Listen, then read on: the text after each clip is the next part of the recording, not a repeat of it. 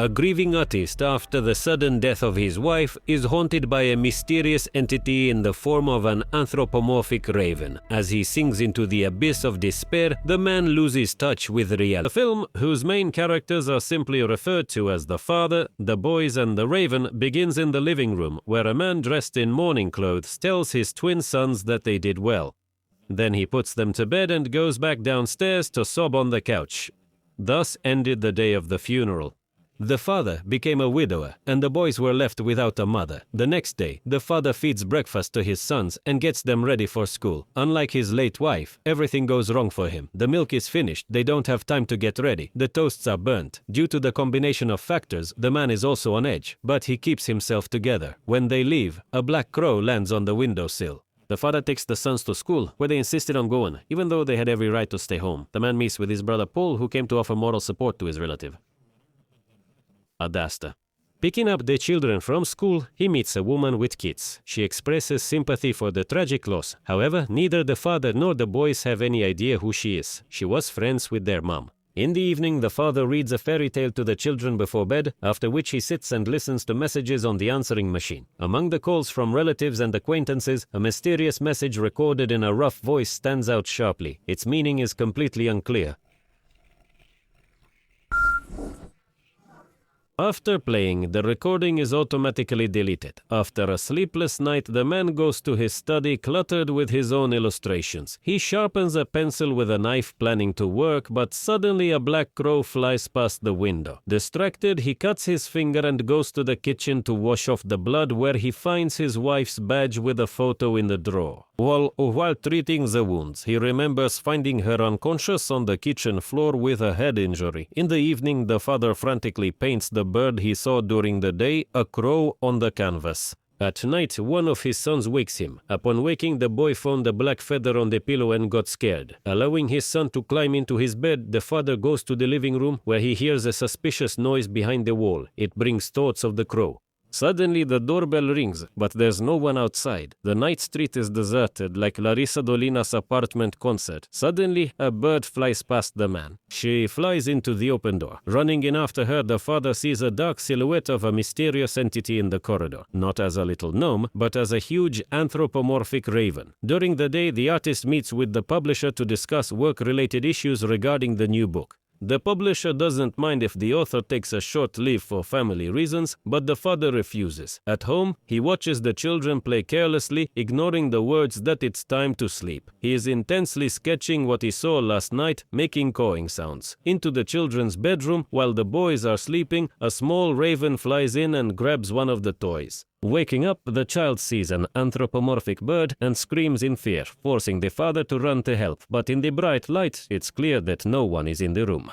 Calming the child, the man returns to his artwork. Suddenly, the anthropomorphic raven walks down the hallway into the study, where it beats the owner, throwing him against the walls. The father acknowledges the victory of the uninvited visitor, embodying therapy for accepting grief. The raven embraces the father with its huge feathered wings, and he wakes up on the nursery floor. Looking at the mess that has spontaneously formed over the past few days, the father tells the boys at breakfast that today they will be cleaning up. When the children mimic him, the man snaps and yells at them. Later, while taking a shower, the artist again hears the raven's voice and sees its silhouette behind the curtain. With Alfred Hitchcock, this didn't end well. The father goes to a psychologist who helps him cope with grief. Despite visits for 3 months since his wife's death, there is no improvement. But no one said it would be easy. It's easier to complete Dark Souls without taking damage than to come to terms with grief. The doctor reminds him that the patient should not suppress emotions, even to please his sons. Otherwise, negative feelings will take root inside. While shopping, the father hears the voice of the crow again. Bursting out in a shout, the man suddenly notices that the space between the shelves in the supermarket has become deserted.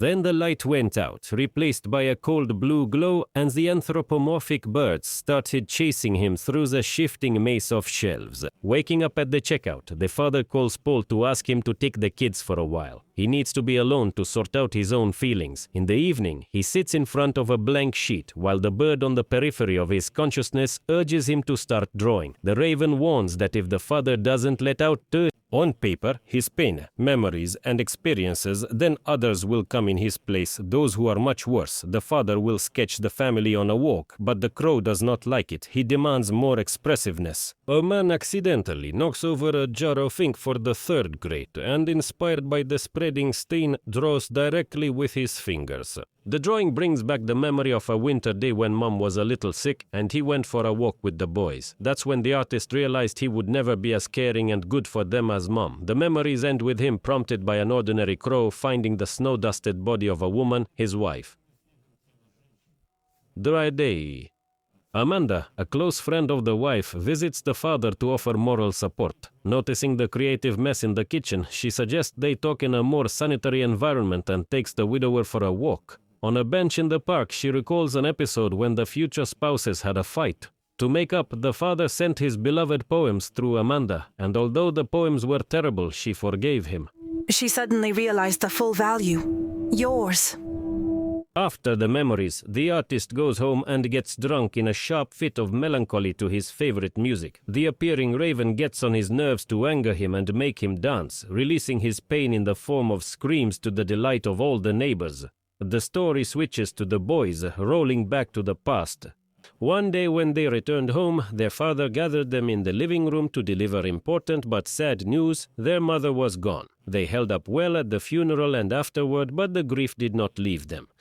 Although it was not expressed as sharply as with their father, the father became silent, sad, and distant, and his drawings turned dark and angry. Additionally, he developed odd behaviors, bird-like habits. One day, when they, missing their mom, dressed in her clothes, put on her jewelry, and used her makeup, he yelled at them. The boys coped with the loss in their own way. One talked to the mirror, believing that mom was listening from the other side. The other got angry when his favorite toys, which reminded him of her, disappeared and threw away his father's things, blaming him for the loss. At school, things were also going differently. One was a diligent student, while the other increasingly expressed his pain through anger. After one such incident, the father suddenly remembers how they all used to fool around as a family. His wife once made a ghost costume from a sheet, cutting out holes for the eyes. In one of his visions, the artist sees a raven in this costume. It reminds him that by chasing ghosts in vain, the man might lose his children. All of this turns out to be yet another nightmare. During the day, unable to get out of bed due to consuming grief, the artist allows the crow to interact with the children. The boys are playing in the living room. They built a fort from available materials, drew a map, and are searching for treasure.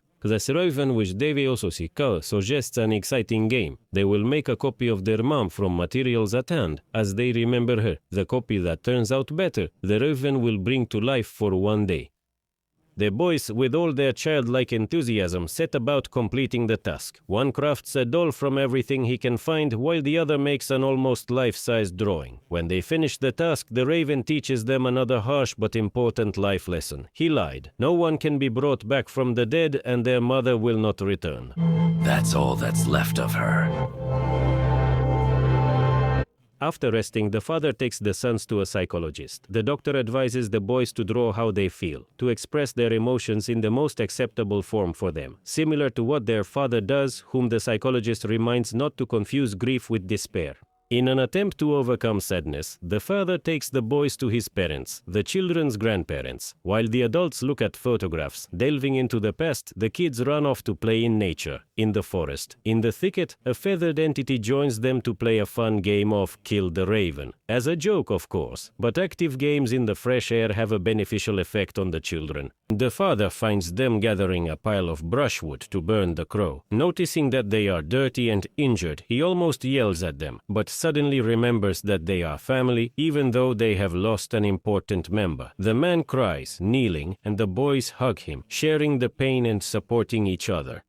But the mutual understanding did not last long. Soon the father was again mired in a whirlpool of sad thoughts and gloomy drawings. Yet even so, he is not released from the materialized feeling in the form of an anthropomorphic bird. When the raven reminds him that the father is neglecting the children's upbringing due to his wife's death, the man tries to chase it away. To his surprise, the uninvited guest leaves at the request to go away, moving to the children's bedroom. But at that moment, as the raven once promised, others, worse ones came. Someone rings the doorbell right in the middle of the night.